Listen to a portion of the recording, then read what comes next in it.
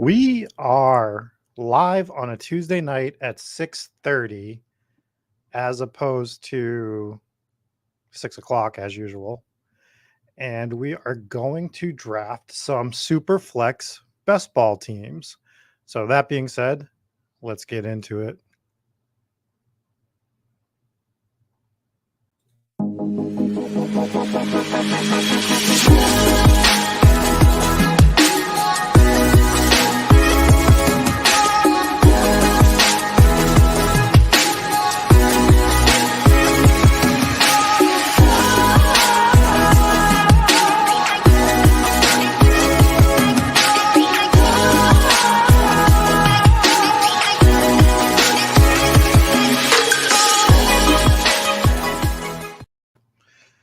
And here we are on a Tuesday night, ready to do some unexpected Superflex Pomeranian. Should have been a Pomsky, in honor of my dog Gotham, who is, as you can see, always on me in some capacity. There is always a piece of him on my clothing.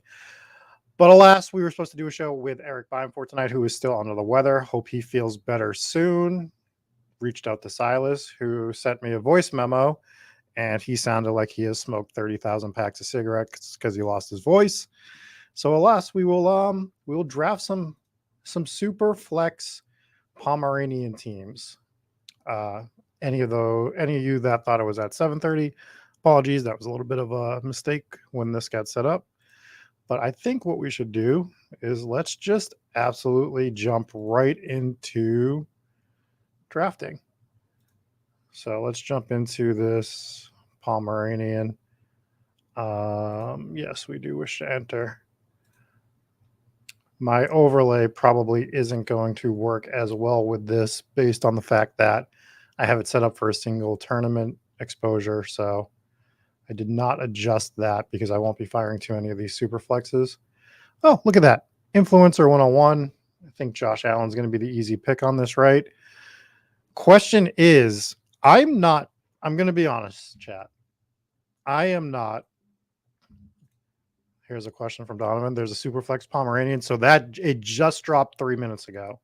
They literally just dropped it out of nowhere. They gave like a 2-hour warning on it. So there is a Superflex Pomeranian for $3. They have no slow drafts available for it. So it's all fast drafts. It's again 15 max entrants.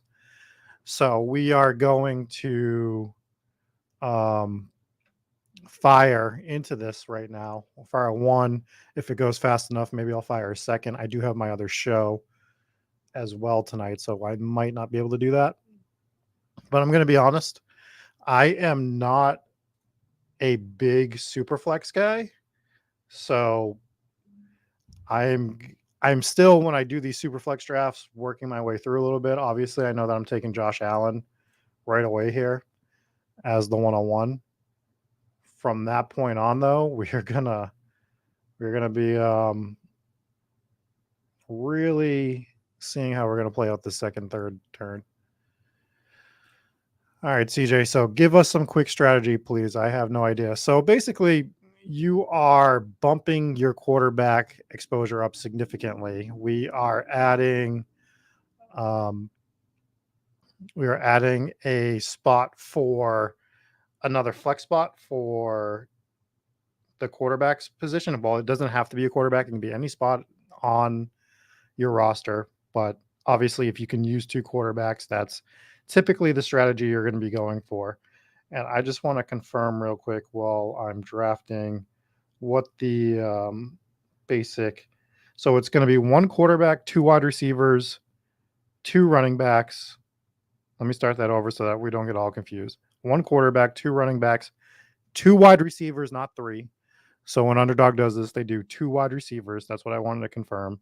A tight end, a regular flex that's not a quarterback. And then you also have your super flex, which is a spot that you can use a quarterback. Eric's already hopped in 15 of them. Got to live a little. Good luck. I was doing 5 of the regular ones earlier that were fast, and then I just fired a bunch of the slows to max it out. So the strategy on this is you want to try to get two starting quarterbacks essentially early, right? Like that's what we're looking at here. We are looking at trying to get two quarterbacks that we can start pretty much every week. It's a little tougher to do from the one spot, but we might have some luck on our side here if people start taking more of the skill positions than the quarterback spots.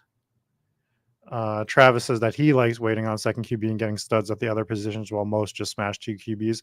I think it really matters like where you are in the draft for that too. That might be something we have to do while we're in the one-on-one because we're getting Josh Allen, but we'll see who's left on board. We might grab a second quarterback and a skill position as well as we see how this unfolds. Who filled? We all filled. Let's get to this, you sickos. You filled a tournament in like 3 hours earlier. That was only 15 max. You guys are absolutely sick. And I was part of it. I've maxed it. Who else maxed the Pomeranian 2 earlier today? 0 rig tournament. Really nice for Underdog to do. I think it's great. I think that getting tournaments like this in August for everybody involved, right? You're rewarding the people that have been playing the whole time since, they started launching contest. You're giving people an entry point that are trying to learn what best ball is that isn't like egregiously overpriced or out of like price points, and they can still have fun with it. We'll keep talking about this in a second. We are going to be on the clock in a minute here. So we're going to be coming up on our 2-3 turn picks. So we see Kirk Cousins is still on board. Man, we got some really good players still left on board. I got to figure out how I'm going to want to play this, to be perfectly honest with you. Let's see what E. David Berg does here.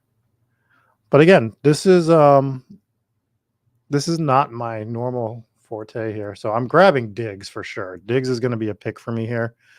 Without question, I'm grabbing Stephon Diggs. The question is, do we grab Fields to Trevor Lawrence? Because we're not going to get another quarterback if we don't take one now, unfortunately. So, like, is the value there in grabbing a Kirk Cousins? I think it might be. I think it might be for this format. It's so weird because I'm like not taking Kirk Cousins a lot and other stuff, but if I think we might take Kirk Cousins here, and then we can play it safe with having the two quarterbacks. There is 20 rounds in this as well. Let's see what some of these comments are. All right, so I had to do 10 at a time to max earlier. He had to do 10 at a time to max because he saw it late. So when you saw it late, CJ, were they not allowing the slow drafts anymore? And you only had 3 to 5 auto picks. That's pretty impressive. I managed to hop in a couple of the slow drafts. I think I'm in 6 or 7 of the slows for the Pomeranian, which honestly, those are my first slow drafts of the entire cycle since the Best Ball Mania and stuff dropped. I haven't done any slow drafts until the Pomeranian today. I'm sitting on about 105, 6, 7, somewhere in that vicinity of Best Ball Mania.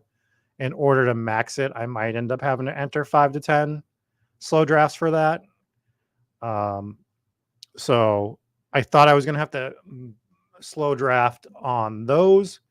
I was going to max the $5 DK, but I have not been enjoying drafting on it lately. And for me, if I'm not having fun, why would I continue to do it? I'm at about 90 drafts on that. I think I'm going to get to 100 on DK, and I might call it at that point. I'd like to max it. Maybe I still throw a few more. Like when I say 100, I still might throw a few more here and there. It's just not a priority to max anymore. And I need to get on drafters and fire a couple of those $20 ones. And let me just announce it here. As of right now, there might be a scheduling conflict We're working through it right now, but I'm pretty sure Friday night I will be streaming a big dog draft with Overzet. So we did a big dog draft last year on his channel. Want to return the favor this year. So I think Friday night, but that's scheduled to change right now. We'll make the official announcement on that either tomorrow or something like that. I'll try to confirm it with him. But we'll be doing a big dog draft Friday at 6. And that will be probably my only big dog draft this year. I did 5 of them and last year, and the one tournament I ran real bad in was the big dog last year. I drafted my favorite team in the big dog too, and it just got absolutely shredded. I thought it was like a lock to make the playoffs, and we were wrong. And that's what happens with best ball teams. You draft these teams where you're like, how can this team lose? And then you find all the ways for it to lose, right? So right now we have started our team with Josh Allen, Kirk Cousins, and Stephon Diggs. So we stack Josh Allen with Diggs, which I love. We have Kirk Cousins. Bye week bros are gonna be mad. We have all week 7 bye weeks, both of our quarterbacks. Oh my God. This is a mistake. That's what they're whispering into the abyss. He should not have drafted 2 quarterbacks with week 7 byes. But we did. Again, 20 rounds on this as well. So this is the type of draft where I was taking a lot more backup quarterbacks earlier. We were doing some of these super flex drafts before Best Ball Mania. Underdog was flirting with putting them out here. And I think when you get those 2 extra spots, backup quarterbacks, Tyler Huntley, for example, was my guy in the super flexes. And I've even grabbed him on some of the DKs here and there, like only like 2 or 3 times as a 20th round pick, just in case anything were to happen to Lamar. I think Huntley is the best fantasy backup in the entire league at this point. So like if you can grab him and you're comfortable enough with your team and you understand what's going on with that spot where you're just, looking for, unfortunately, like we don't root for injuries, but we know they happen. And especially with someone that's running the ball more than not, that Lamar has injury risk attached to him. So that's one of the things we'll be looking at. So we're up in 3 picks. We have 2 quarterbacks already. I don't think we'll be snagging a third right now. That's potentially later. We might do something with a third quarterback. But for now, we're not going to be doing that. We have some options on the board that I would like to grab. So this is the fun thing about Super Draft is, we're going to be getting to the 4 or 5 turn, and guys that are usually at the 2-3 turn are still there, right? You got Leonard Fournette sitting there. You got Alvin Kamara sitting there. You got Mike Williams. I was really, really hoping A.J. Brown would somehow find his way down to us. That was where we were going to go there. And we have to remember that we're only starting 2 wide receivers. So that is very important, I believe, to remember in this particular format. It kind of changes things a little bit. So I was going to grab Fournette. I think the easy play here is we grab Mike Williams. This would be just whichever Chargers wide receiver you prefer. And a guy that I am just not grabbing a lot, I am going to grab now, which is Alvin Kamara. We're getting him at the 501. He's going to be our first running back off the board. I'm not grabbing him in regular drafts. I don't love the Saints offense, but when we can get that type of guy, 501, in a format that we don't need the wide receivers like we normally do. We're not playing 3 spots unless we're playing, you could technically be playing 4 wide receivers still, but you're talking about playing it in your flex and your super flex. So there's just a lot of different ways to build these super flex teams. So right now we have Josh Allen, Kirk Cousins, Alvin Kamara, Stephon Diggs, and Mike Williams. That is our team at the moment. And if this draft goes fast enough, I will fire a second. I do have my other show at 9 o'clock tonight, so might not be able to fire the second if this takes too long. The other thing that I wanted to hit on is I promised at the beginning of the year, if we hit 1,000 subs on Spike Week, YouTube that I would give away a signed Tua jersey, which we have hit the 1,000 subs. We had another giveaway that didn't end up having anyone sign up for, so that got shelved. But what I will do is I will tomorrow, and somebody tag me in the Discord to remind me, I will put the Google Doc in the Discord tomorrow. So you have to be part of the Spike Week Discord, obviously, to sign up for it. And the other two caveats are you have to be subscribed to Spike Week YouTube channel. That wasn't a question. You have to be subscribed to the Spike Week YouTube channel, right? And the other channel you have to be subscribed to is Hometown Ghost Stories. That is my other channel. That was kind of the deal we made. So I will show that channel at the end of the stream so that you know what I'm talking about. But you have to be subscribed to Spike Week, Hometown Ghost Stories, and I will check. I did a giveaway last year with Pete, and they were supposed to be following myself and Pete in order to be eligible on Twitter. And I checked. The first two people weren't following either me or Pete, and they did not win the Kurt Warner jersey that I gave away. So that is the deal. Make sure that you are subscribed to both Spike Week, Hometown Ghost Stories, and it's almost Halloween. You're getting football, Halloween stuff. Both channels are very opposite each other, but very much the same season. So we're looking here at the 6th round, and I just want to see like the quarterbacks that are still on board. You're seeing Mac Jones, Ryan Tannehill, Zach Wilson, Jared Goff, Carson Wentz, Baker Mayfield. So guys with question marks are still on the board, but guys that I wouldn't hate to be my second quarterback if I waited, right? Especially like Mac Jones, who just goes because you know his job is pretty safe, even though the production isn't going to be high. I would like Baker Mayfield if I was one of these guys, right, as my second quarterback. I like him a little bit better than these other four because I think his leash is going to be longer. I know people think Tannehill's is going to be fine. I talked with Josh Larkey last night about why I think that he might get the hook earlier than we thought.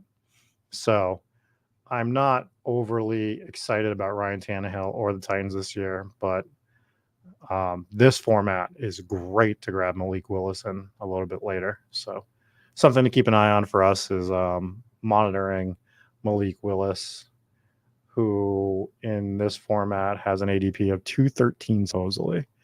So possibly we look at him later in the draft and grab him. I'm interested to see what people do with Zach Wilson. He had the injury in the preseason game. He had the knee surgery today, which by all accounts was as successful as possible. It's being reported that you're going to probably see Joe Flacco week 1. But Zach Wilson should be back relatively soon. And I wonder how much that's going to make people shy away from Zach Wilson, who we were already scared of. So that might be something to monitor in this draft as well, or right around where his ADP would be. So yeah, that's something to watch. Coming back around to us, there are guys that I do like here that I hope fall to us. Don't want to say any names too loud. Don't want Jay Hudson or E. David Berg listening to us.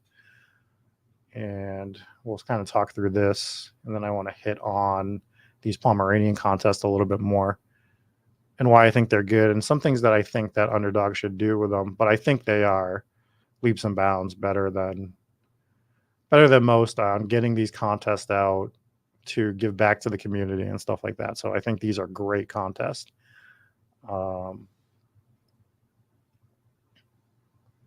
I would love for my TV to stop messing up. Constant problem I'm having right now with this thing, but we can fix it after. Anyways, it's going to be tough to fire another one when we have guys taking their entire clock. So Brandon Cooks goes, I think Cam Akers is an absolute smash here. We already grabbed Mike Williams. This is our bring back in that explosive week 17 game that we love, right? So Cam Akers, yes, thank you.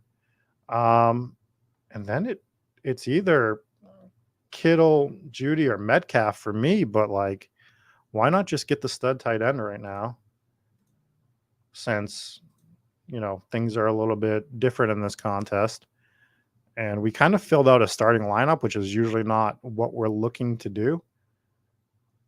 Gabe Davis was a guy I was looking at that went a little before us, but right now we have Josh Allen, Kirk Cousins, Alvin Kamara, Cam Akers, Diggs, Mike Williams, and George Kittle. Like, that's a solid starting lineup for us.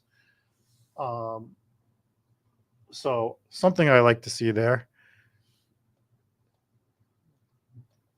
Bear with me while we fix some stuff going on in the background. Yeah, I'm not usually a fill out your starting lineup guy, but there have been situations throughout the season that I have done something, similar to that effect of like just based on where people fall and everything. But I think you have to be very careful about that. I think that is the biggest problem you see in all of your home leagues, right? Where people feel like they have to fill in. Oh my God, I got this wide receiver spot left. I have to take it, or I have to take this tight end spot.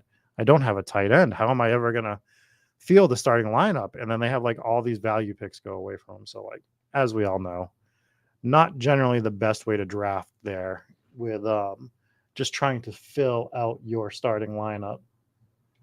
You guys are seeing how a little bit of the magic is made for my background. This has been a nightmare since I switched my modem. I think it is because I have it set to a certain frequency and I have to fix that, which would mean fixing every device in my house probably. And guess who wants to do that? Not me. But eventually it's going to have to happen. We just need more time. I need more time. Needed more time on that Pomeranian today earlier, right? Again, got into a bunch of the slow drafts. I'm glad I did. I wanted to max that one. I'm not sure if I'm going to max the SuperFlex one. I'll probably fire a few of them. I don't know how fast it's going to fill either. Again, I have another show tonight. If you maniacs are maxing this out the way that you maxed that one out earlier today, then I'm not going to get too many of these in. I don't think this will be my only one, but yeah, you guys are absolute psychos filling that fast.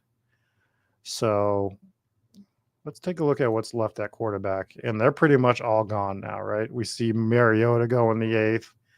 So the only starter, quote unquote, that's left is Mitch Trubisky at the moment, who has an ADP of 130. And I bet you don't even see him hit that. Like, he's going to go. I wouldn't be shocked if he goes in the next round or two. Let's take a look at this 3 quarterback build by E. David Berg. So he has Herbert, Fields, and Mills. That's a pretty good 3. Pretty solid to get that 3. Carlos is saying that it's not filling as fast yet. I think maybe. So they just released that. It was coming out a few hours ago. So I think that, and I think people probably are intimidated by Superflex. And your brain gets wrapped in a pretzel when you start switching formats, right? I love it. I love that they're doing more stuff. Let's go ahead and pick here. So I see Devonta Smith on board. Let's go ahead and grab him. And you know what? We have Kirk Cousins. I don't grab a lot of Adam Thielen. Not one of my favorite picks in the draft, but neither was Alvin Kamara. But let's stack Kirk Cousins with Adam Thielen. So now we have our 4 wideouts, and we have both of our quarterbacks stacked already. Josh Allen, Kirk Cousins, Alvin Kamara, Cam Akers, Stephon Diggs, Mike Williams, Devonta Smith, Adam Thielen. Oh my goodness. There's probably torches in the front yard. We have 9 players right now. And 1, 2, 3, 4, 5, 6 of the 9 players have a bye week in week 7. I'm guessing people haven't caught wind, Carlos, but again, I also think that I think it's more of a niche thing too. I think it's great that we're getting the super flex. I think you need some different types of tournaments. And I think you're going to see people just slightly dipping their toes into it. We got to remember that a lot of the casual drafters just started coming around in the last week or two. They're just getting used to the regular drafts that a lot of us have been doing for what, 3, 4, 5, 6 months now. I know we were drafting in February when we started this show. We were doing the big board or whatever it was called at that point. So we could do these drafts with our eyes closed at this point. And these people that are just coming in, they're just getting used to the regular drafts. And they're probably looking at like Superflex. They're like, that's too different. I don't want to do that. Now, for us degenerates, we like a challenge and we like different formats and we like to try new things. That's why we do rookies and sophomores. I don't remember what the contest was called, but it was just quarterbacks and wide receivers for a tournament earlier. This is a great point, CJ, as well. Also, some people probably hit the earlier one hard and don't want to do it again so quick. Absolutely. So people that fired 15 bullets earlier, trying to max that out, like the couple hours they put into that. And it could be a price point thing where they just spent $45. Not everybody's spending as much money as some of us on this, which is perfectly fine. You should spend what you're comfortable with, and maybe they want to allocate that $45 to something else. We know this is going to fill, right? It just might not fill in 3 hours. There's nothing wrong with this tournament. It's just you might have a little bit more of an opportunity to play a few of these than you did earlier. That thing filled real fast. What I'd like to see Underdog do is, so the Pomeranian was a great tournament. The 15 max, I think, was the right thing to do. I have a badge. So what I am about to say is probably blasphemy against myself. But I think, yeah, Carlos, the first one was done in about 3 hours. I think it dropped around 10:03. I left my job at 10 past 10, and by the time I got to my car, it was filled. So luckily I can draft at work. Well, there was a lot of slow drafts as well. So point I was trying to make on this is I think that they should do a sort of Pomeranian draft for people without badges or people with under 100 drafts to their name or something. I think there should be a tournament for like much more novice players so that they can get used to it, so that they're not jumping in drafts with badge people like myself or most of you. Even if you guys don't have badges, we know that a lot of you have been drafting, not all of you probably, but have been drafting at a high clip. I think there should be some beginner drafts for people to dip their toes in the water. And I think there should be some badge only drafts. Imagine the clout for being like, I took down the Badge Bros draft, right? Like I took down whatever you want to call that draft where it's just only badges allowed. So I think that's something that would be fun to do and like implement some of the badges for. I mean, we usually like to play against players that aren't as good as us, but when we play these elite fields, it feels a little bit better. So I am on the clock here. Let's see what we got. We could just get a second tight end now, because he could sometimes fit into that other flex spot. Just in need, but that is a week 7 thing. Let's grab MVS and let's think about it. So I'm going to grab MVS because I'm a mark and I have to have MVS on like every team. And let's hold off on Knox and let's grab Melvin Gordon just for the bring back on MVS. So we'll do that. That gives us Kamara, Akers, Gordon. For our running backs, Diggs, Williams, Devonta Smith, Adam Thielen, MVS. Best Ball Nation, which is Felix, says that there should be red badge drafts. LOL. I think there should be red badge drafts. Like, I think there should be a draft for all badges. And I think, yeah, do a red badge only draft. Do a black badge only draft. So when you watch poker, right? Because this is what I always go back to. You see poker players talk about how they want to play with like some of the novices for particular reasons, blah, blah, blah, blah, blah. But also, some of the most interesting tournaments to watch are the high roller ones, which are like the 25K entrants. And there's not a lot of novices that are entering that. There's a few here and there that are like businessmen, but even those guys play poker enough, right? So all of them are like experienced players. And sometimes it's fun to just mix it up with experienced players. Really test your strategy. See how good you can construct a team when you're playing against, guys that are doing this either for a living or at a high volume, right? So that is, I think streaming those drafts would be real interesting for. I'd love to watch it. I don't even need to be a part of the draft, but just watching, 12 people that are really into best ball and have been drafting hundreds of teams. I mean, I'm guessing I was a part of it, so it's like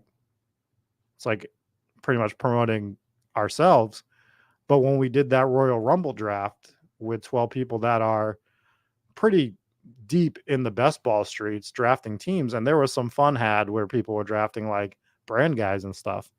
But overall, like, I think watching, some of the elite players is good because you're not just watching to watch, you're also watching what they're doing. It's like, well, why are they doing this? Why are they doing that? That's not good, Carlos. Not good to do the handcuff. Actually, I don't hate it. I don't hate it. Are you in this draft, Carlos? Let me know. So those are some of the things I'd like. I love watching Underdog advance though. Every year they start doing more and more stuff. And I hope no one thinks that I'm knocking them based on this. It's not a knock at all. This is more of a just like as they grow, things that I would like to see happen more and more. Pomeranian is a great step. Like, what a great idea. But now that we've done the Pomeranian, maybe we do some novice only drafts. And while you drop that novice only draft, you can drop the badge draft. Call it, I don't know, what's a dog that starts with a B? Call it one of those. The basket hound. I don't know. Drop the dogs that start with a B in the chat.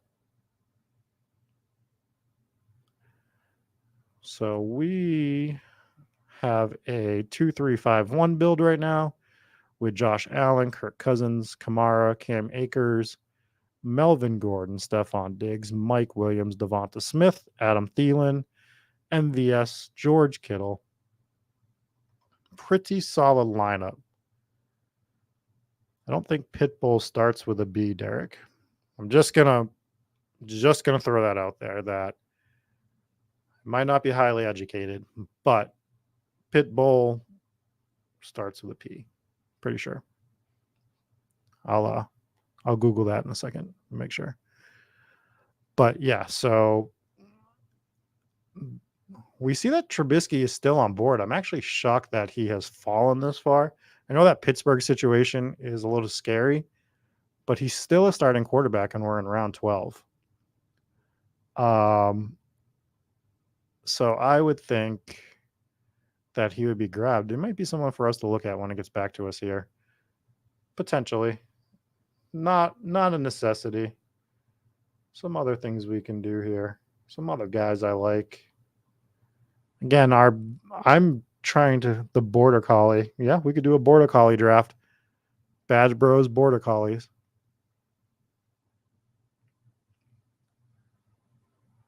Let's see. Churbs has a 3 quarterback team. Who's he got?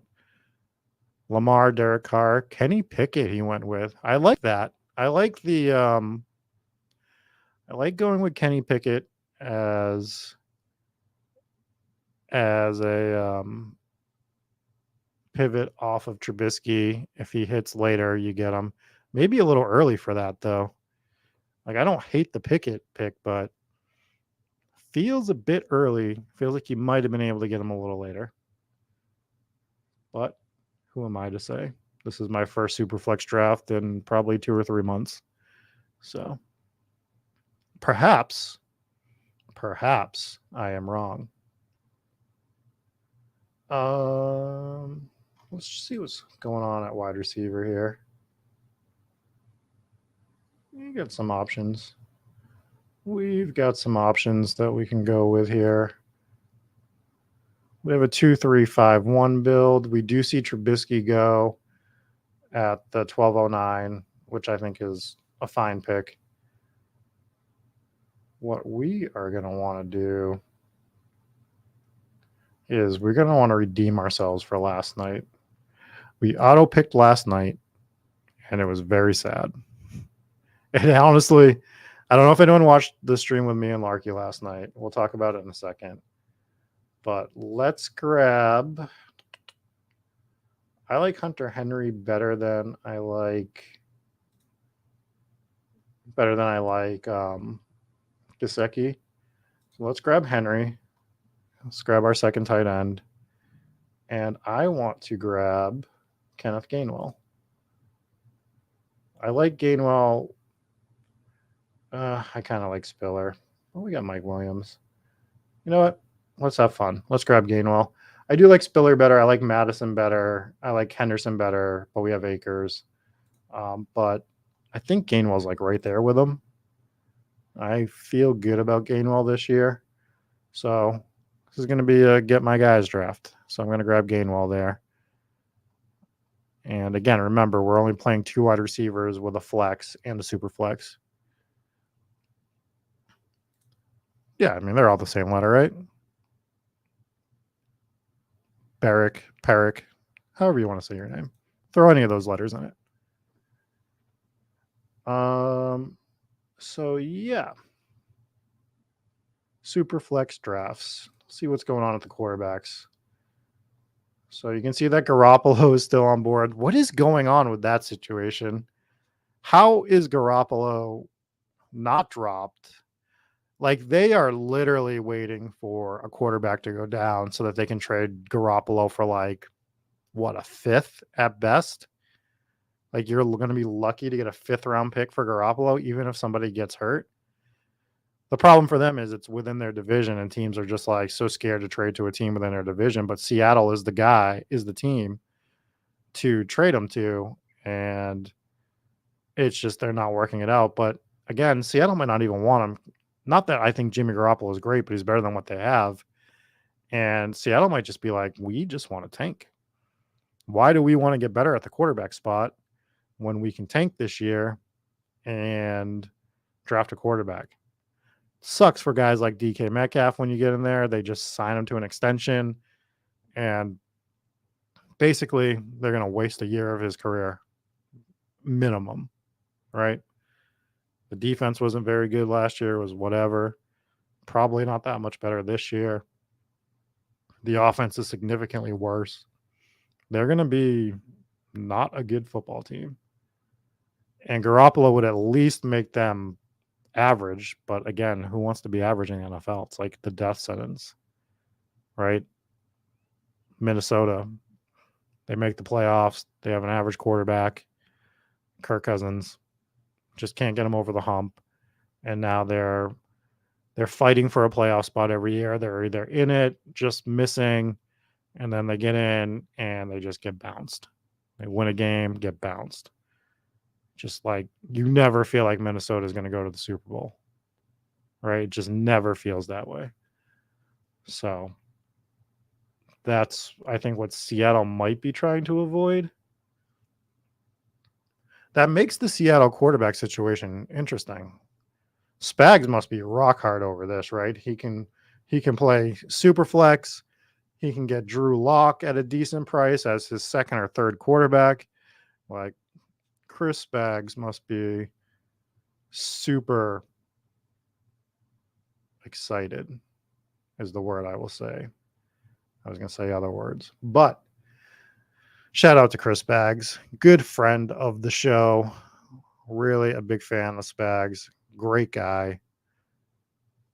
If you haven't checked out Splash Play, I highly suggest going and watching either some of his solo streams or some of his stuff with Pete. Really good stuff. Always entertaining. So just checking out these quarterbacks, we see Garoppolo still on board. We did see Drew Lock go on the 14th.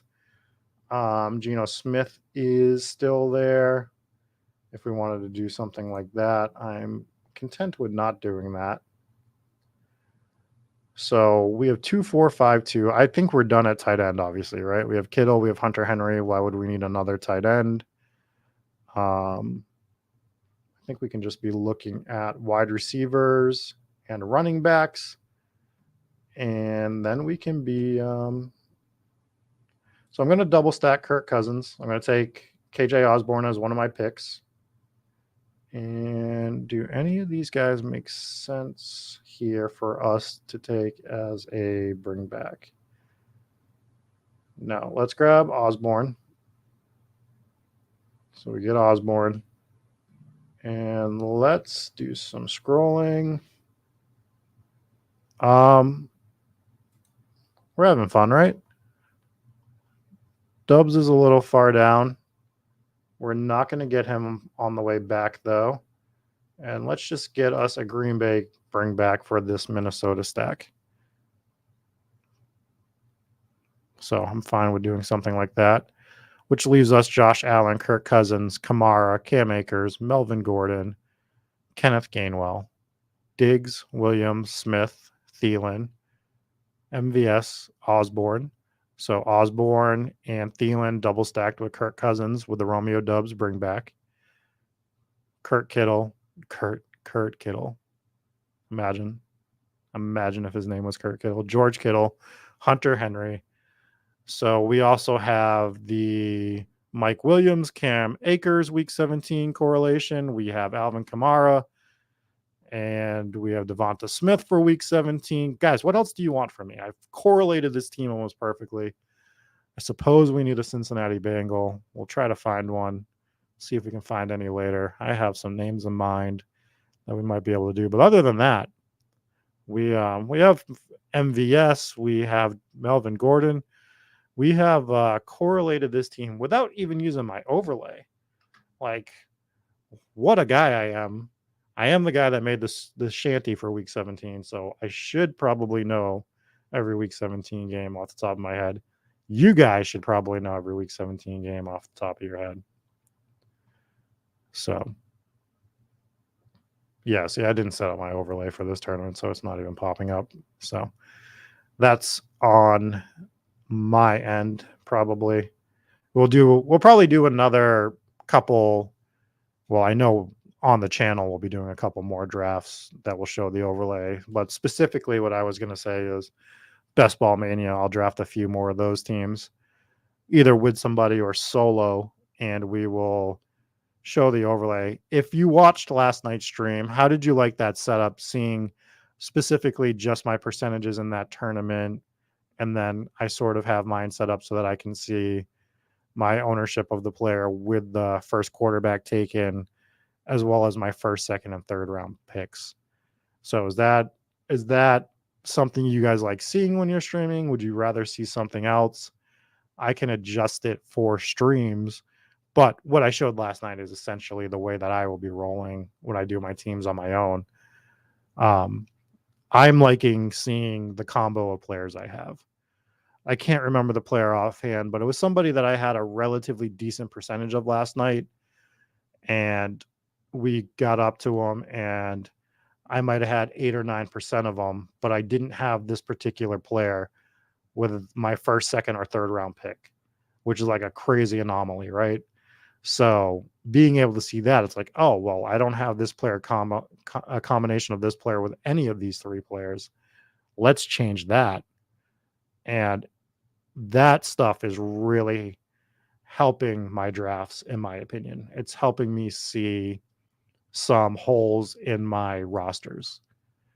So I like doing that. Now, there are certain holes in my rosters that I want to leave holes. Basically, player fades, stuff like that. You'll see those when we're doing it. But the overlay itself is well worth the money. Not to just shill our product, but I think if you watch back some of our streams showing the overlay, it's just a game changer, especially if you're doing a ton of these drafts. Say if you're doing at least 5 to 10 drafts, and then you're doing, like, if you have those in the bank and you plan on doing more, the overlay is very, very, I'm not going to say a requirement, and you don't even have to do it with every draft, but if you're hitting like every couple drafts using the overlay, it's really going to help your rosters and what you're trying to build. We're going to be coming back on the clock here. I'm just kind of checking out a few things. Now, we could grab a third tight end if we wanted to get our Cincinnati bring back here with Hayden Hurst. I think it's a little more feasible to do in the super draft superflex words. We need to learn how to say words while we are streaming. That is the song I sang for you guys about me not remembering how to talk. So we are on the clock here. See Marlon Mack still here. I like McKissick a decent amount. Do we just want to correlate this team like crazy? Do we just want to grab? Let's grab Crowder. Not that I'm in love with Crowder, but let's grab Crowder for the stack here. And God, this is gross, huh? We can grab D'Ernest. You know what? Let's grab Hurst. Let's get our correlation. So Kittle, Hunter Henry, Hayden Hurst, 3 tight ends. Very much not the norm of what I would do. We have 4 running backs. So Kamara, Akers, Melvin Gordon, Kenneth Gainwell, which I like a lot. I also did this because we are going to have 3 picks left. Don't really think I need another wide receiver at this point. I like some of the later round running backs. And I think there is some late quarterbacks that we can grab on the next turnaround here. So that's something that I'll be looking at doing as well in this draft. I don't know. Do we want to fire another one of these after? I'll tell you what. If we get enough of a response that we want to do one more of these, I will do one more. But the caveat is I might have to finish it off stream. I need to probably be off by 20 past 8. So I'm okay with doing one more if you guys want one more. But I need people saying that they want it. And yeah, we'll do another one of these and talk through it. But need to see that people would like it. So let me know in the comments that you want to see one more of these, with the caveat that, 8:15-ish is my cutoff tonight, probably. Tyler wants one more. Eric wants one more. So, yeah, a few more of those, and we will fire one more. What we'll probably do is I will probably jump in one after our next turn pick, and we'll start that one while we're waiting for the last pick of the draft. I'll just pick the 20th round pick off stream on my phone or something. So that's kind of what we're doing, talking through it. There's a lot of moving parts on this show this week. We were supposed to be talking about the fallout of week 1 preseason going into week 2, some of the risers and fallers of players. Like, what is going on with Antonio Gibson, by the way? Did you guys see the news that he was cloning David Montgomery and was lining up on special teams, taking over for Brian Robinson's place? So that's interesting. I was already out on Antonio Gibson this year. Once they re-signed JD McKissick, like, alarm bells, red flags just started flying in front of my face. That why would this guy re-sign with the team that is clearly inferior to Buffalo, and Buffalo really could use a JD McKissick, right? Of all the teams that could have used McKissick, Buffalo really made a lot of sense. And he re-signs with Washington. Like, he basically backs out of the other deal, shows up back in Washington for the same amount of money he was going to get in Buffalo. And, we don't know the family dynamic. Maybe his family loved being in Washington. If they were getting the same amount of money, then so be it. He gets to stay where he already lived, didn't have to uproot his family and move. There's all that. Hex Balls takes Malik Willis in the 18th round, which is sad. That was someone that I was kind of eyeballing for our next pick, but it is what it is. So like before the Robinson news, I was already not heavily into Antonio Gibson, and he's been somebody that I've been fading. And then you just start seeing what's happened this last week. You hear about the fumbling. You see Robinson have a good preseason game. Now you're starting to hear him get relegated to to the special team squad. They did say he was running with the ones afterwards, but what are we doing with Antonio Gibson? We can't draft him where he's going. Normal draft, it's like the 7th round or something like that. I don't know. I'm just pretty much cold fading Antonio Gibson at this point. My only exposure going forward will probably be some sort of auto pick if I really had to take him. So we are coming back up. We see Sam Howell from Washington go, and he's been looking good in camp, speaking of Washington. And people are wondering if Wentz is going to last the whole year or if they're going to start playing Howell. So that's a fun one to watch too. It's just like Washington's weird in that sense that they gave up way too much draft capital. I don't remember the specifics, but it was like a third and some other stuff for Carson Wentz, which just seems silly, right? It just seems like if Wentz was going to be good anywhere, it would have been an Indy with his old coach that knew what to do with him, and it just didn't work. So don't know what Washington thinks they are going to get out of him. But then they draft Howell, and how short can you make that leash on Wentz? So that's going to be an interesting situation, but I do like the Howell pick. All right, so maybe we'll just go with a brand guy. We'll just grab us some Dearness Johnson, because why not? Getting him in the 18th round. And we're going to have some fun, and we're going to take Tyler Huntley. So let's grab Dearness. And let's grab Tyler Huntley. And Damian Pierce juked 2 guys on the backups. Yeah, Damian Pierce is getting a ton of steam. That's another guy we'll talk about. I don't really know which pun I said, but probably not intended, but I'm really funny. So sometimes the humor just emits from my body without thinking. So these are the things that happen, in these types of situations. So let's go ahead. Let's fire another one. And I will just take that 20th pick offline and try not to auto pick it. Can we not get the 12th? I mean, we got the first pick. What was I saying? I thought we just picked 12. I just picked 12 in another draft. I guess I just got the influencer. We get the 3.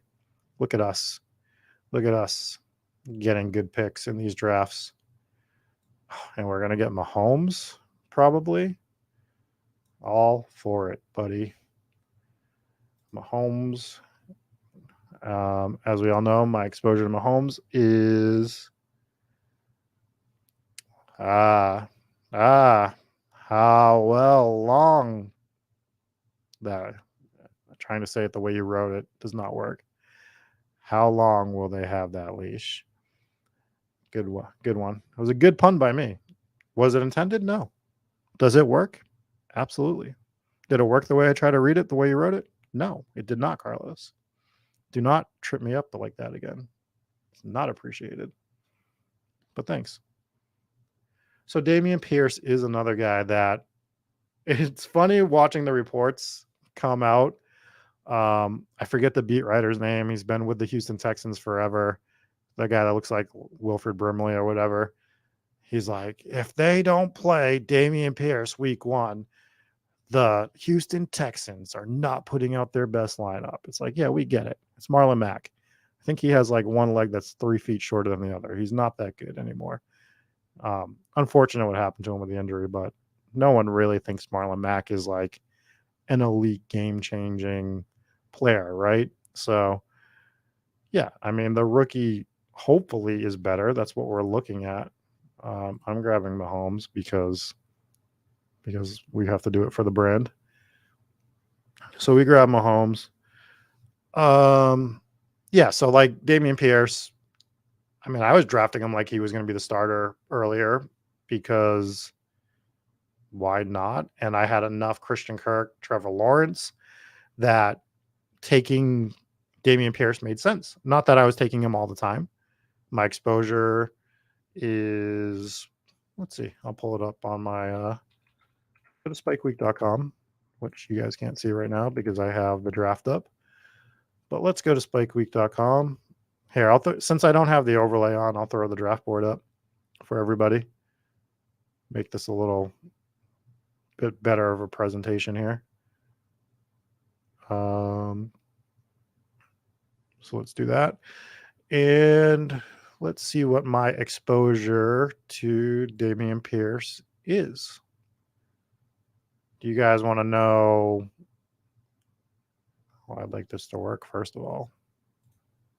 This is probably on my end. That's got to load. Do you guys want to know just Best Ball Mania? Do you want to know all my tournaments for that? Let me know, and we will we'll do that. So as I just click buttons, make things absolutely terrible to watch. There you go. Now you can see the whole board. Man of the people here. Anyways, let's go to my draft IQ. Everything is popped up for me right now.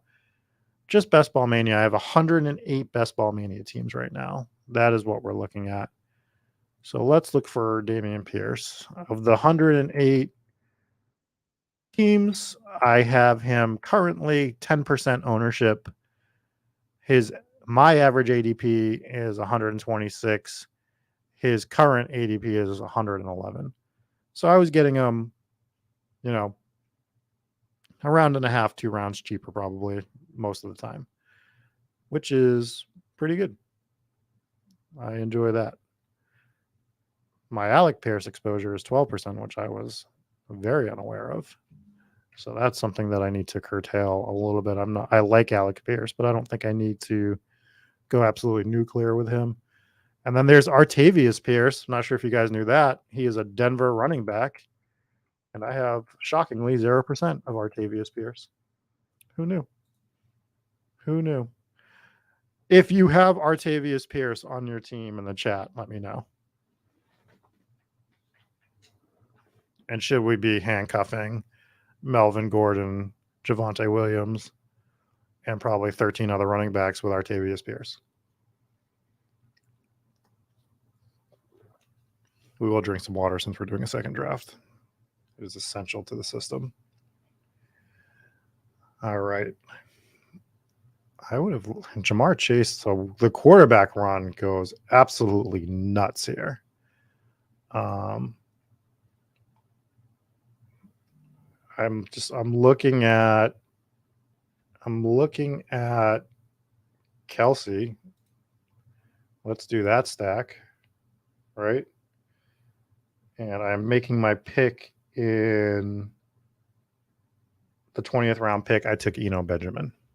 So just to be on the up and up on that team, I just finished up with Eno Benjamin as my 20th round pick. We took Mahomes and Kelsey on this team. And I don't know. I don't know what I want to do on this turnaround. I don't know if I want Fields or Tua. Maybe we try to get cute. You guys want to get cute on this one and see what we can do with pushing quarterback? I mean, there's Devontae Adams. There's CeeDee Lamb. Maybe we do CeeDee if he falls to us.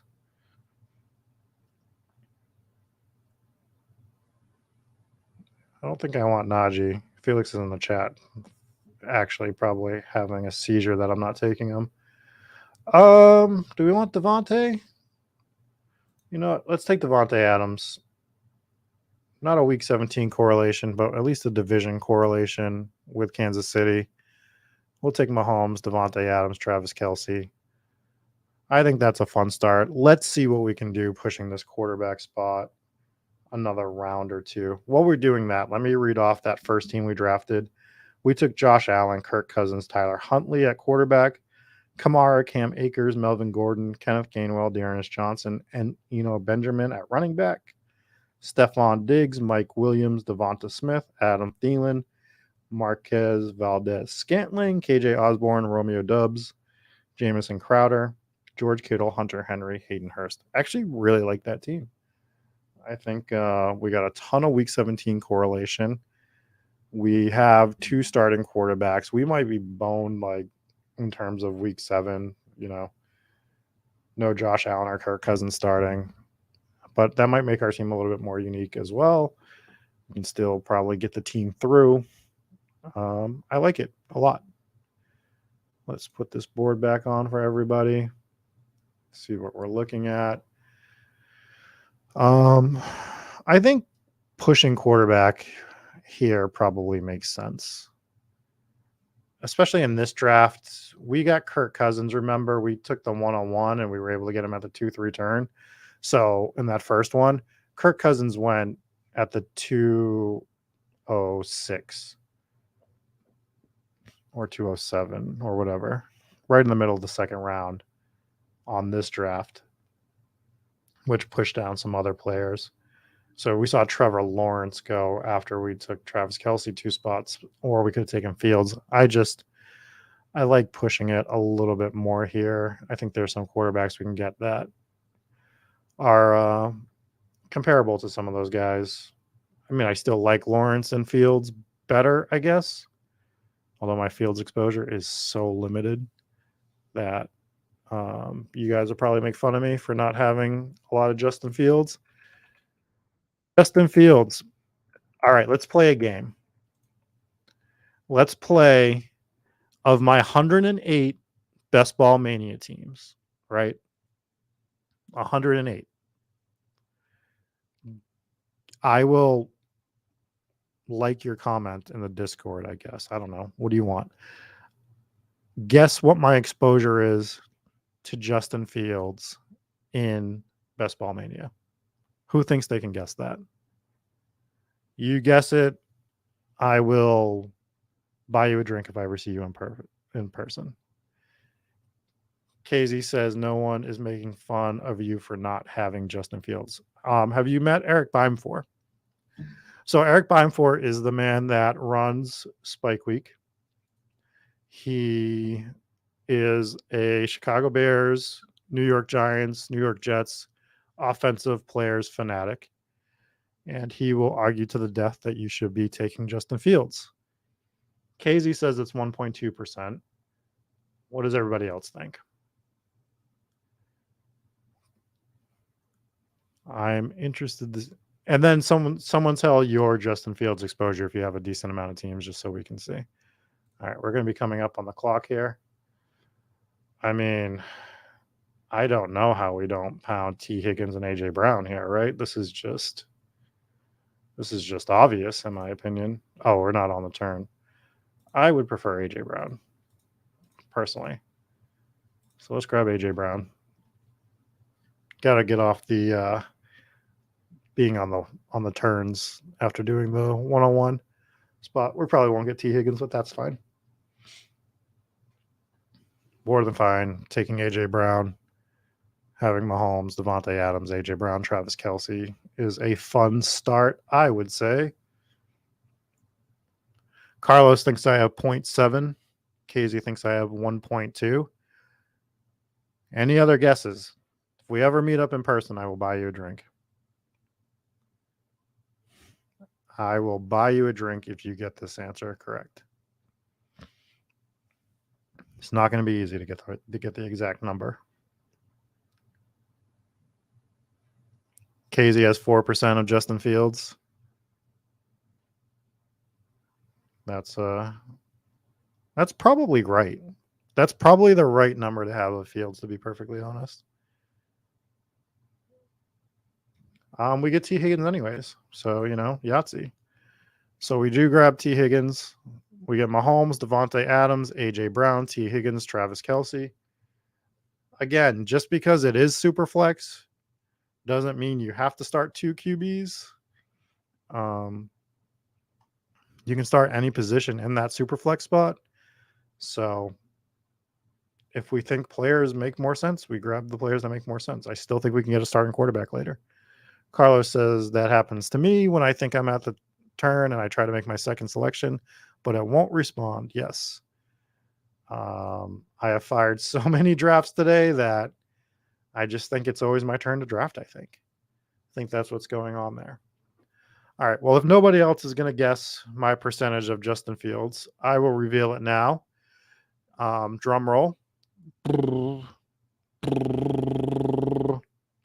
Hopefully I didn't ruin the audio listeners. My best ball mania exposure for Justin Fields, 0%. I have not drafted Justin Fields on 108 teams. I have not drafted Justin Fields once, not one time in best ball mania, which is shocking. But now that I see it, I think I want to lean into it. I think I want to make sure I don't draft Justin Fields now that I've made that stand. Not completely inadvertent. Like, I don't think about it, though. So I think it's just like one of those, I know I don't like that team, so I'm not drafting Bears. And I just don't have any of them. I have 0% Justin Fields. Yeah, he has rushing upside. That's a given. How much Huntley? That's a good question, Casey. That's a great question. I don't know if I took him in Best Ball Mania. I have not taken him in Best Ball Mania yet. I've taken him. So if we go to all tournaments, which I know you guys can't see, but if I look at all tournaments for Huntley, and I remember it is going to be a little skewed because there is a few Superflex teams in here, but Tyler Huntley, why is it not populating? Because this is not correct. The number I'm getting right now is incorrect. So let me try to reload it. Looks like my Best Ball Mania numbers are getting.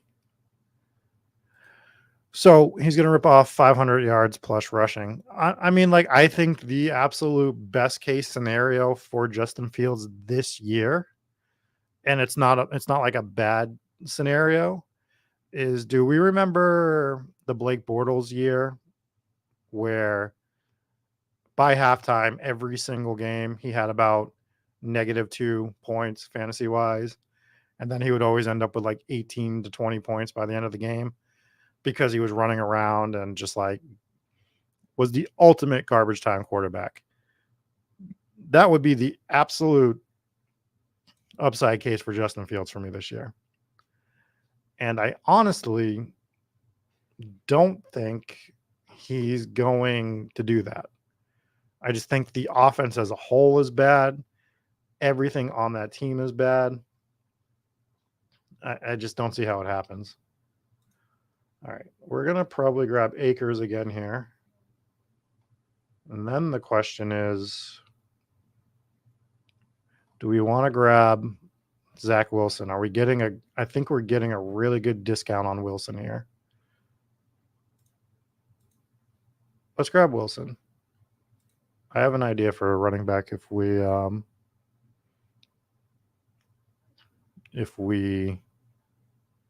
don't get Cam Akers.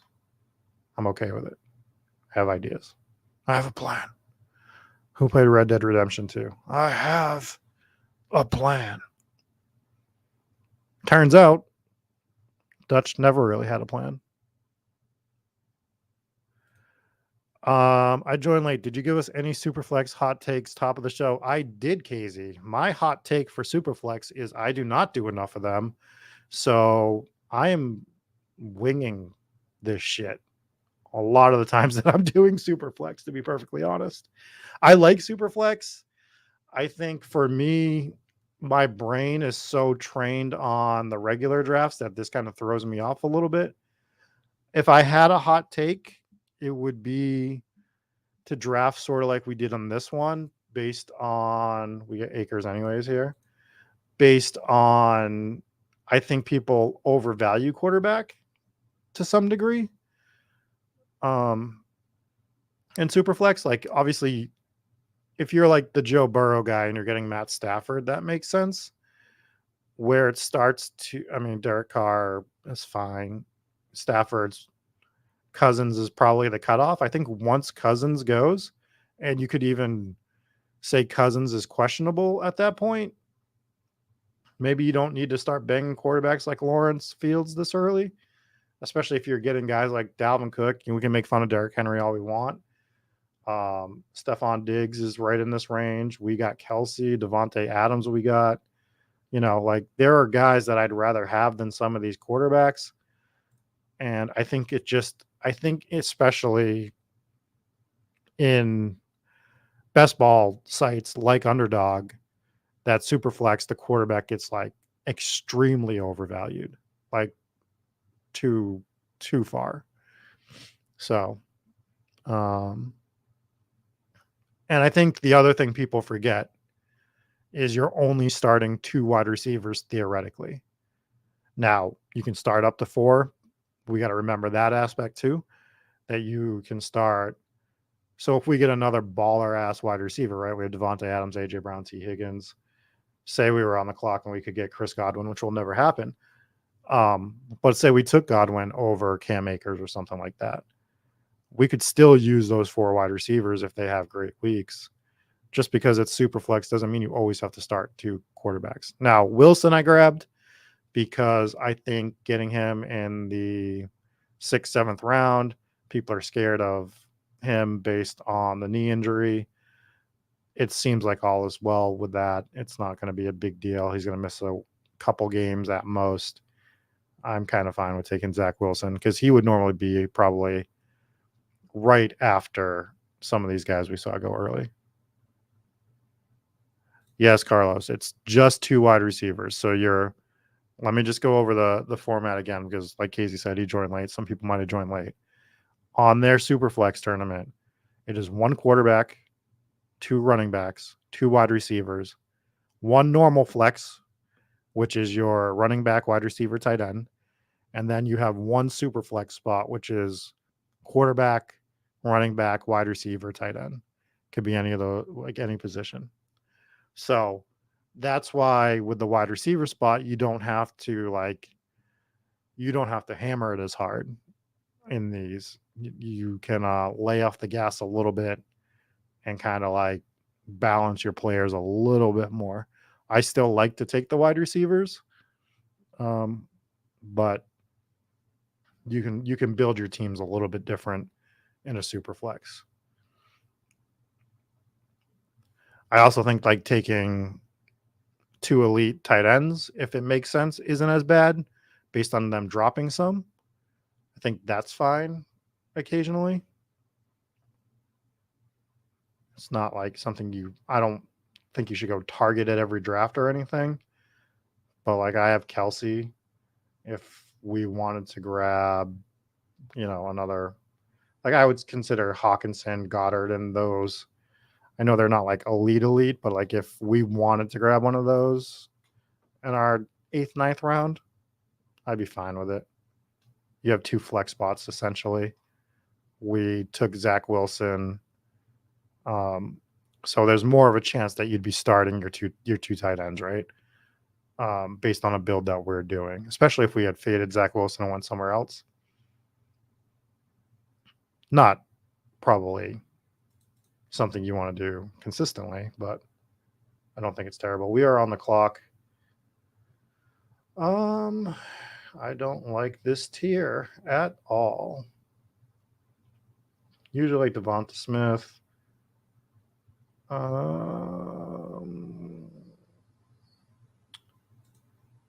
Let's grab some of our guys. Let's just scroll down and let's grab Christian Kirk. Let's have fun. That's what we're here for. We're here to have fun. I don't like Gibson. We've already talked about it. I don't like Miles Sanders. Pollard, we probably could have taken and been fine with it. Pollard was probably the play. If we're being completely honest. I'm just kind of looking through. Their ADP is different on this as well. I don't know if you saw some of the names that we scrolled by, but those are clearly different. I think we'll grab Pollard if he's still here. Or do we want Damian Harris? I have a lot of Damian Harris. Let's grab Tony Pollard. Fine with that. So right now our team is Patrick Mahomes, Zach Wilson, Cam Akers, Tony Pollard, Devontae Adams, A.J. Brown, T. Higgins, Christian Kirk, Travis Kelce. Not nearly as much Week 17 correlation on this team as our last one, but still early. Can still fix some of that. So let's throw the board back up for everybody. With like, wow, how long did I have to extend that word? Pretty impressive. I get to stream until 11 o'clock tonight, so words are going to be fun for the rest of the evening. At least on my other show, there's a pre-produced thing that I do, so it's like 15 minutes of me pre-recording my voice, so I get to edit out every time I sound like an idiot. It's pretty phenomenal. Helps a lot.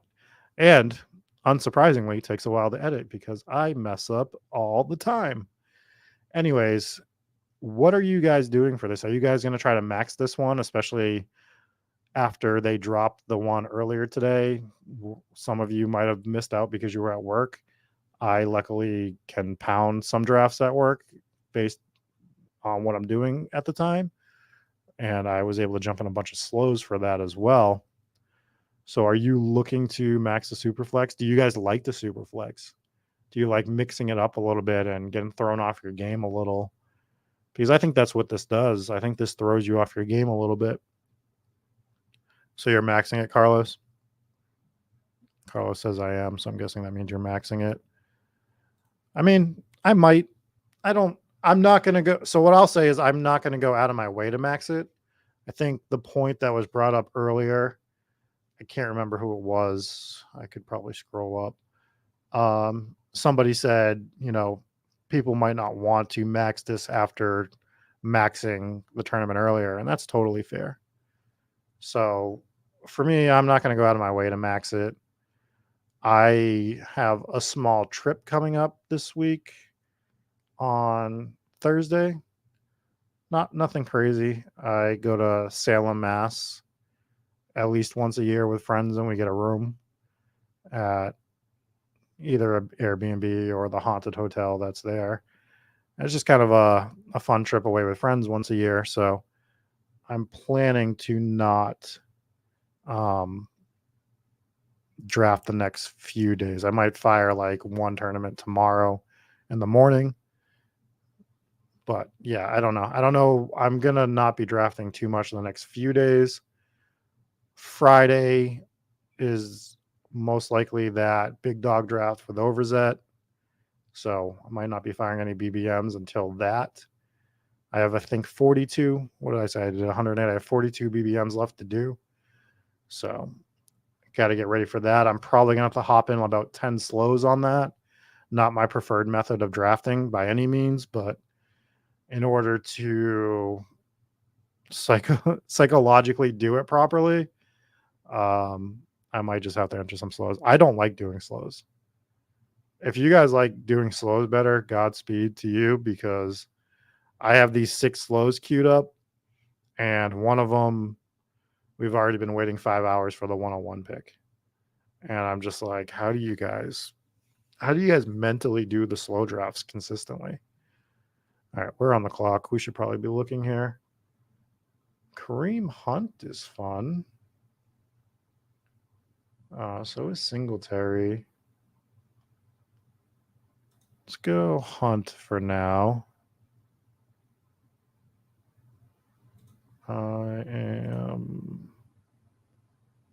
Let's go Hunt. And then I have some ideas about what I'd like to do.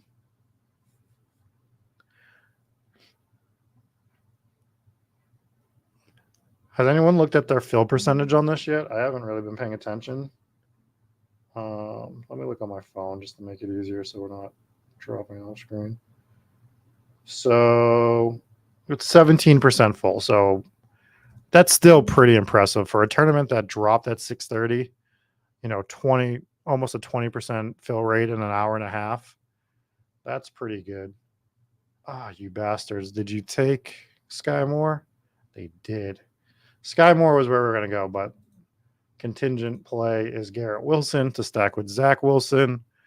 So I'm actually not even mad about it. It's probably a better pick, to be perfectly honest. So let's go through our team again. Carlos, you say that the slow drafts don't bother you at all. I just disregard them until I get the notification. I mean, I'm not like going back and looking at them. I don't know. I like just getting my draft done and going about my day. But I can see that there are different types of people that can even stack their slow drafts and they just make all their picks at the same time. So I could understand being able to do it that way. That's just not me. I know who I am and I just want to get my stuff done. It's not even just drafts. It's like anything I do, I just want to finish it. I want to complete. I'm like a completionist. So it's been a problem of mine since video games as a child. Like I don't want to pause. I don't want to find a save point. I want to get through the entire Tomb Raider video game in one sitting because I'm a psychopath at 11 years old, sitting on my carpet against the bed, wondering why on a Saturday afternoon I'm in level 3 of a Lara Croft game instead of outside playing basketball with my friends. That's what happens. A lot of video game references today. We've talked about Red Dead Redemption 2, one of my favorite games of all time. We've also, which you could never sit down and just play straight through. I mean, you might be able to get through the main story in about 12 to 20 hours.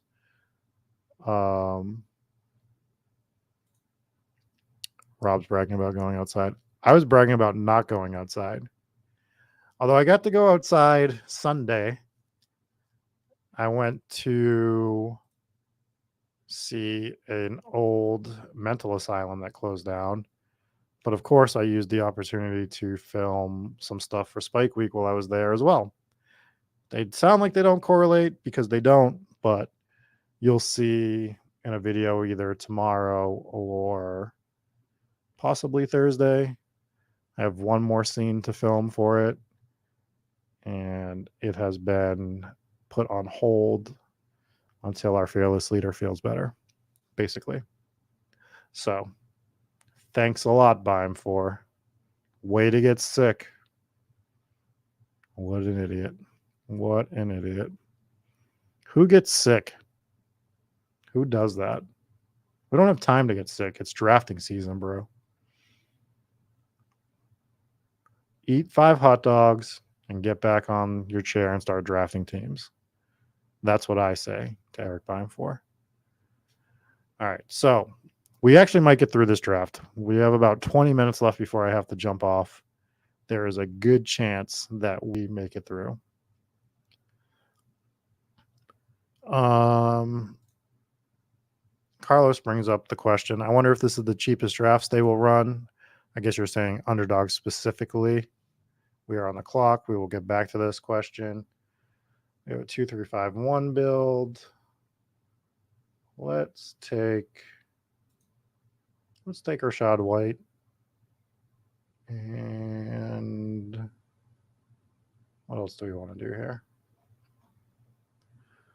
I'm going to take White. Not liking the quarterback situation here.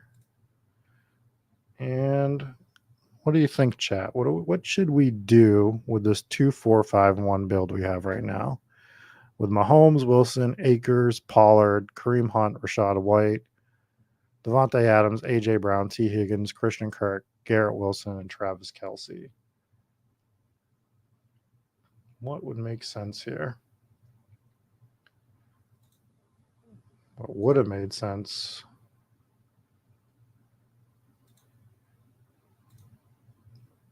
Where did Albert O go in this draft? That's interesting.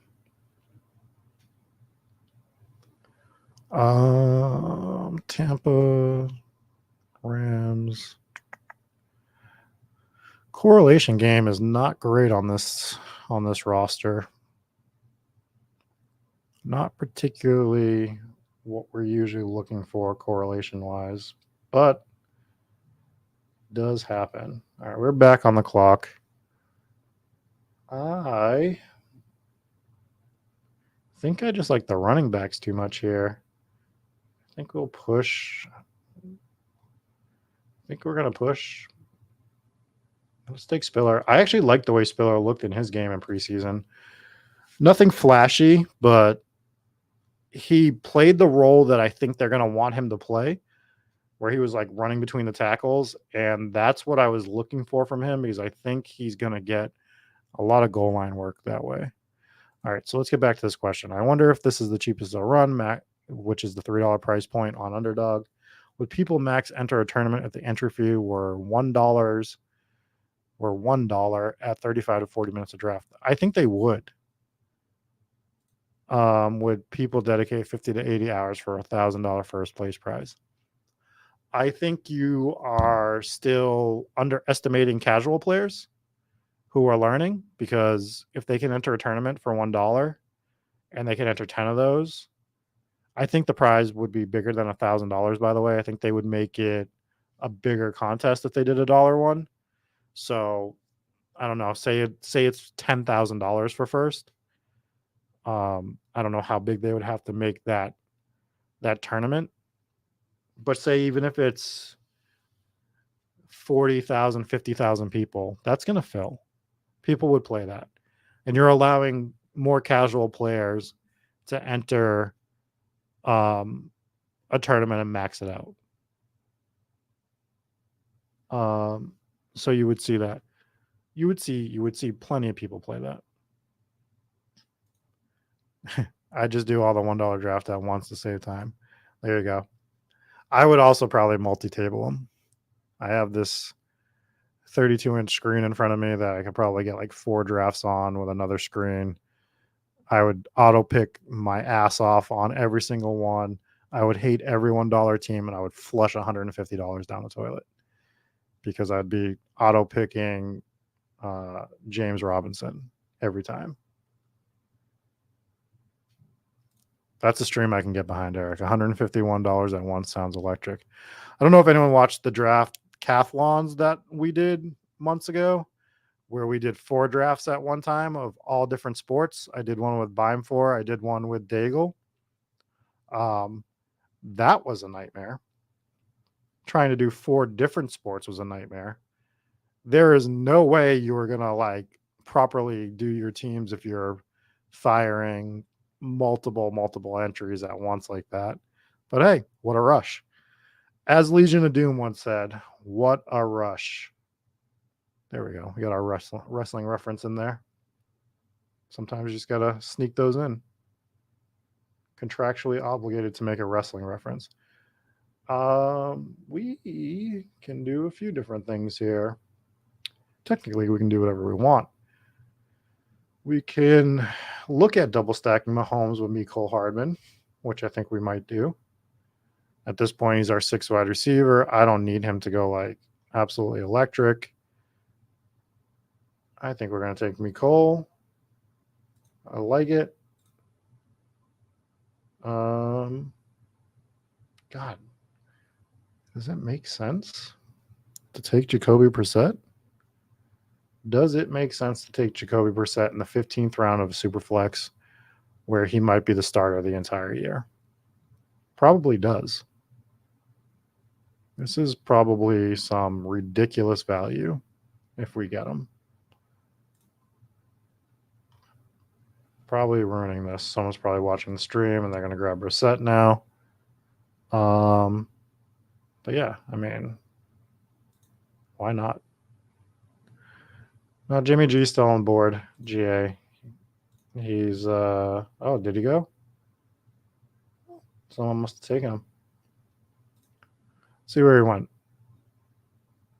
Garoppolo went at the 14th round. 14-1 he went. We are on the clock. Let's stop looking at Jimmy G. And Jacoby Brissett goes. Like we thought. That's fine. Let's grab Everett. We have Cam Akers. I mean, I know we grabbed Isaiah Spiller, but we can still bring back Everett. Couple questions. Quarterback rooms, but I like most of the teams. I'm trying to read this question. Should have pre-read it. Couple questions, quarterback rooms, but I like most of the teams just did a lot of 1 or 2 QBs first rounds, hammered wide receivers, elite tight ends, and anchor RBs, and threw a lot of late quarterback darts where needed. Yeah, I think that's fine. I just don't think you always have to start with 2 quarterbacks.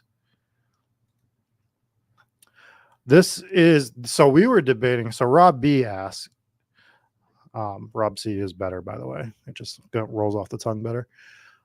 Is handcuffing your quarterback a good idea in this draft type? I don't think it's particularly well, and I have the exception that when I had Lamar, I was always drafting Huntley in the original Superflex, just because I think Huntley's upside is so massive. So it's like, what backup quarterbacks provide massive upside, right? It's Huntley, but other than Huntley, who is providing you with extensive upside? So I was pretty much every time I drafted Lamar, I was grabbing Huntley in the 20th round. Just was happening almost every draft. And I was grabbing Huntley even when I didn't grab Lamar. So I think it is very specific to certain players. And for me right now, off the top of my head, all I can think of is Huntley. I don't know who else you'd want to handcuff. Really. Who's another quarterback that gives you that type of upside as a backup?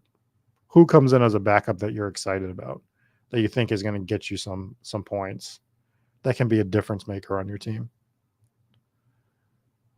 Yeah, I mean, like Eric says, probably not, but depending on cost, you could do it. Really depends on cost, really depends on your team build. I wouldn't be looking to do it. I'd rather get I'd rather take a shot on, we'll talk about it in a second, because I don't want to get sniped again. But there are some guys that I would take late that are backups, but I wouldn't necessarily grab them as a handcuff. So we'll just do it in the 16th round if we can. A lot of these guys already have 3 and 4 quarterbacks. So who are the 4 here? Hurts, Cousins, Winston, Goff. Interesting. Fields, Mills, Mariota, Lamar, Matt Ryan, Deshaun Watson. I just think Deshaun Watson. Look, if you get Deshaun Watson and he plays, I guess good for you. But I just think that's like a dead pick at this point. They can't let that guy play. They just can't do it. So, Eric, be quiet over there. Don't let people read your chat. Minshew is an interesting one. I do like that Minshew call. So I'm going to grab Malik Willis here, just because I think it's such a wild card where he can go. And I do like Malik Willis, so we'll grab Malik as our 3rd quarterback. Obviously, think that there's a solid shot that Tyrod Taylor is a good call as well with the Giants. I don't think Teddy Bridgewater's any good. Ritter, I don't know. I guess I don't have enough faith in Ritter. Howell could be something. So the names you bring up are decent backups that I would grab. I just don't know if I'd handcuff them. You know what I mean? Malik Willis, I don't even want to handcuff. I want to bet on the fact that Malik Willis is going to come in a third of the way through the year or before and just take over the team.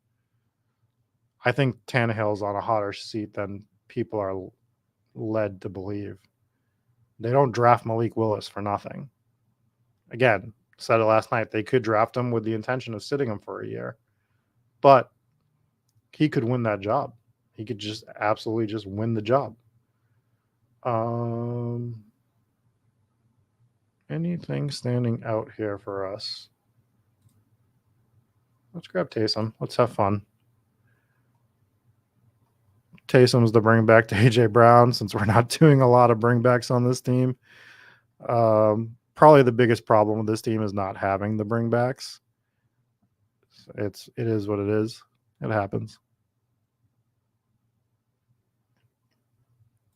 No, it's a good point that you wouldn't handcuff a QB, but if you did, it would be with them because they're all free, basically.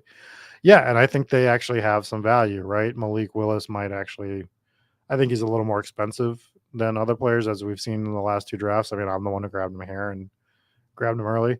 Tyrod is forgotten about, and if Tyrod plays, he's usually good. Just the worst luck in the NFL of all time. Gardner Minshew on that offense.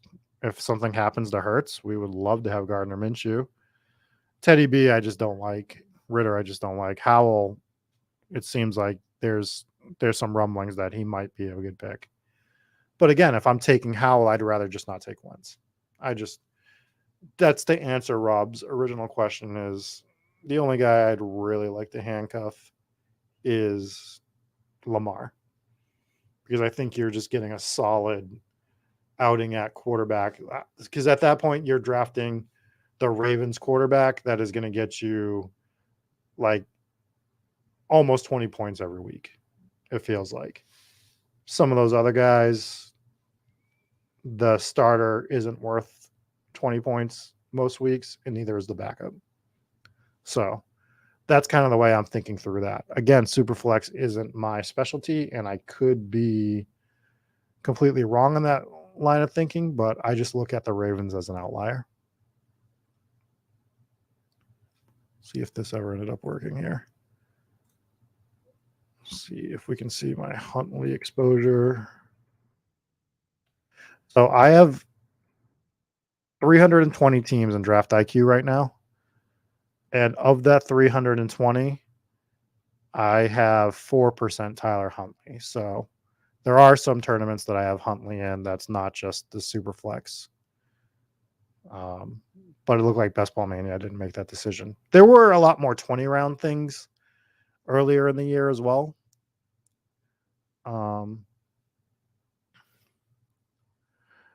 Rob says he's got the corner and got Jefferson and Cup. I guess that's good.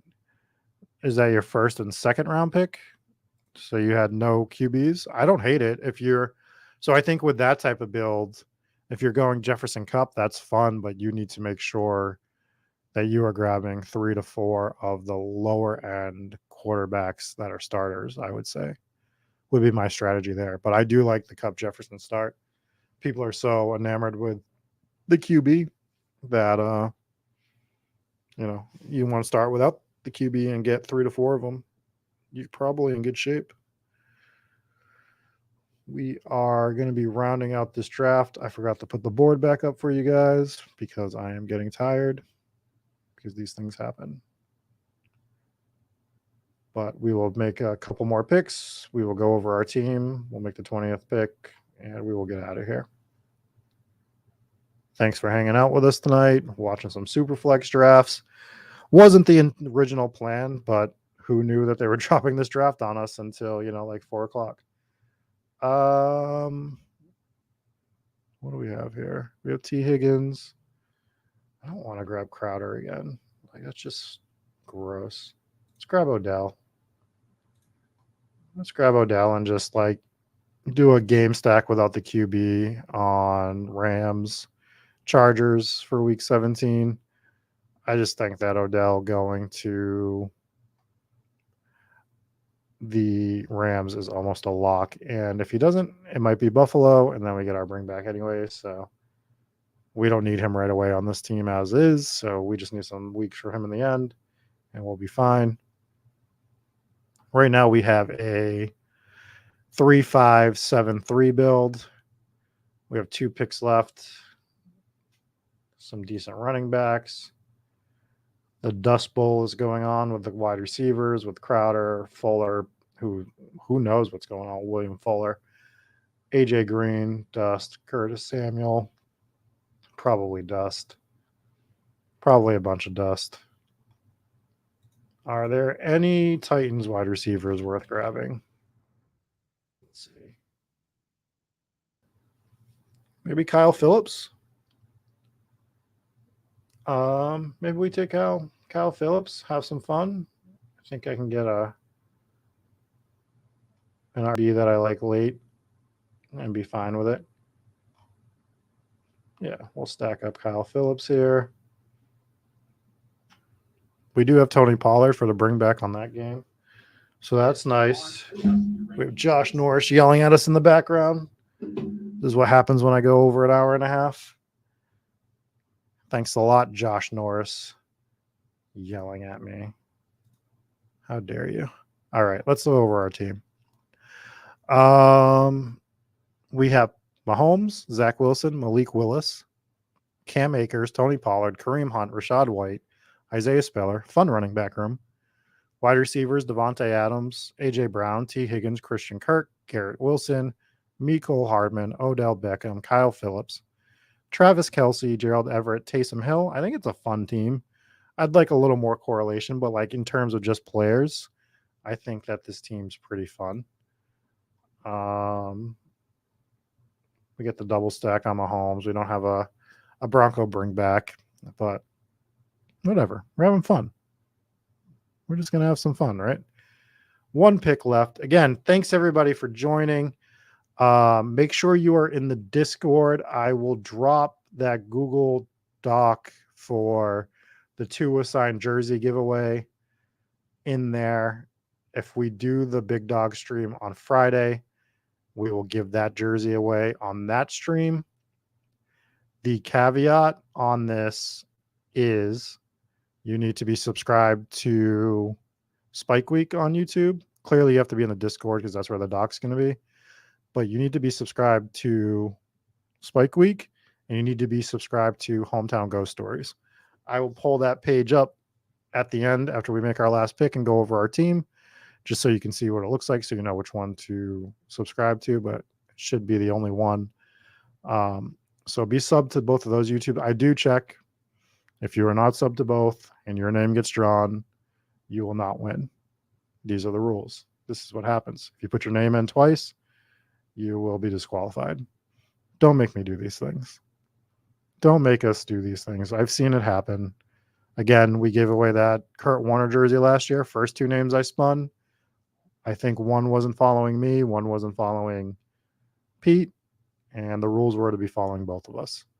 So just follow the rules. It's literally the pressing a button twice.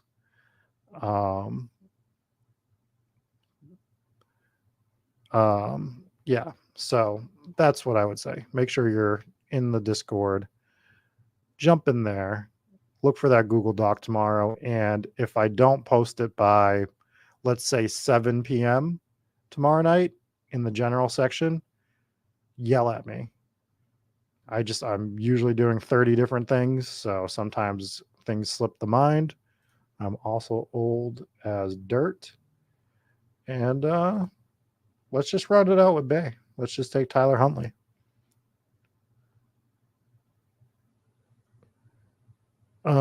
Yeah, Carlos, RBs are going to run off the board a little early because the dynamics of the team are slightly different.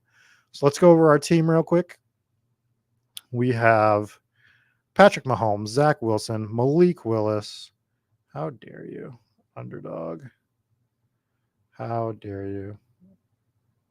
Why am I clicking on exposure? I don't want to see exposure. That's what I want. We have Mahomes, Zach Wilson, Malik Willis, Tyler Huntley, running back, Cam Akers, Tony Pollard, Kareem Hunt, Rashad White, Isaiah Spiller, Wide receivers, Devontae Adams, A.J. Brown, T. Higgins, Christian Kirk, Garrett Wilson, Mecole Hardman, Odell Beckham, Kyle Phillips, and then Travis Kelce, Gerald Everett, and Taysom Hill at tight end. I think it is a fun team. I think Taysom Hill's interesting in this format too. He could get some quarterback snaps. A lot easier for him to fit into a flex spot. So I do like that aspect of it as well.